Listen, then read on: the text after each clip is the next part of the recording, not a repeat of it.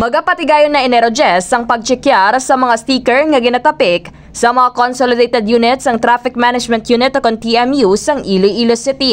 Ini ang suno kay Mr. Leody Lara, ang Vice Chairman sang Iloilo City Alliance of Jeepney Operators and Drivers Association, Panay Transport Cooperative o kung ICA-HODA PTC. Nagpanugya naman si Lara sa mga pasahero nga hindi magsakay sa mga wala sang sticker o kung unconsolidated units, agot hindi na mahulan pa, ilabi na sa tion na sang pagpangsita kag pagpanakop. Suno pa sa natungdan, hindi man madali nga pikeo na mga stickers mangod may pila ka seal ini, kag hindi mahibo ang duplication kung sa diin mabalaan nga out of route kung lain ang route number sa sticker.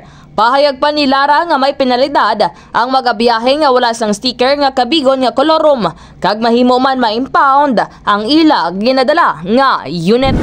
Kaginisi kay K5 Kim Montaño Kaluyo para sa kampyon nga serbisyo publiko kag kalingawan sa Iloilo.